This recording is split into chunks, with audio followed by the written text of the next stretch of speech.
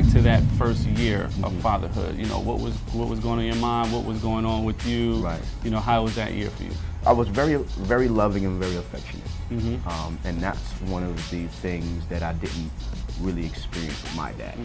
Right. You know, different breed, different upbringing. And as a kid, you don't really understand.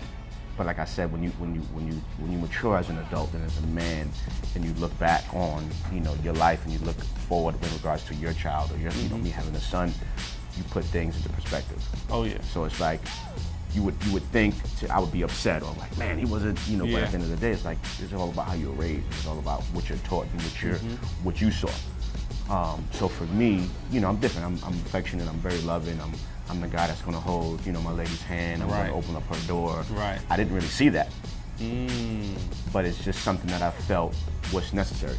That's how I am, because at the end of the day, this little dude, I created this dude, with, you know, of course with his mom, but like he's me. He's a part of me. It bugs me out of how fathers could not play their role. Or, like, I don't care what you going through.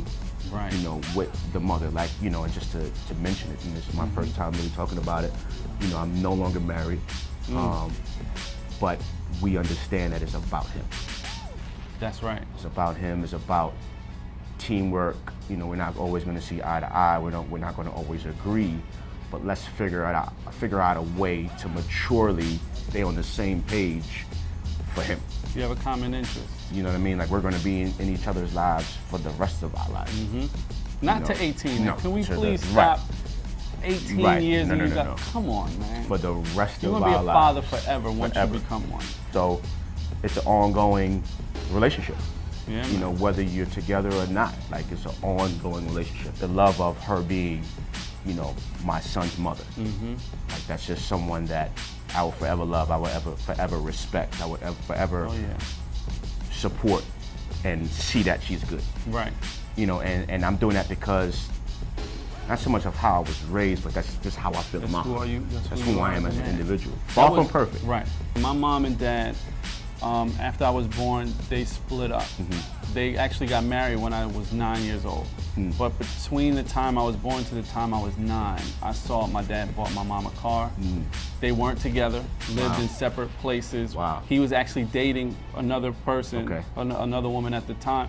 But my mom, if I needed anything, if she needed anything, he was the one who did it. Like, you know what I'm saying? That's kings. That's a king. Right. But you brought up another good point. You didn't get affection from your father, but that didn't make you less affectionate to your son. Right. And I think that that's another misconception people have, is that the example that they have or don't have is all they live or die by. Right. But if you don't have a father, it doesn't mean that you become an absent father yourself. Right. You know what I'm saying? So I thought that was a great point. Now you're a father, but you're Amadeus. So how do you balance that time of career or touring and parenthood? Right. It's very challenging. Very challenging. You know, people say, well, I'm in Vegas. I got the residence in Vegas. So I'm gone Thursday through Mondays every week. You know, and they're like, man, you're living this life. And I am. And I'm blessed and I'm appreciative. Absolutely. And I appreciate everything about it. But I'm a human being. And I miss my son. There's certain things I'm missing. There's certain moments, you know, I'm missing that I could never get back. He understands who Amadeus is.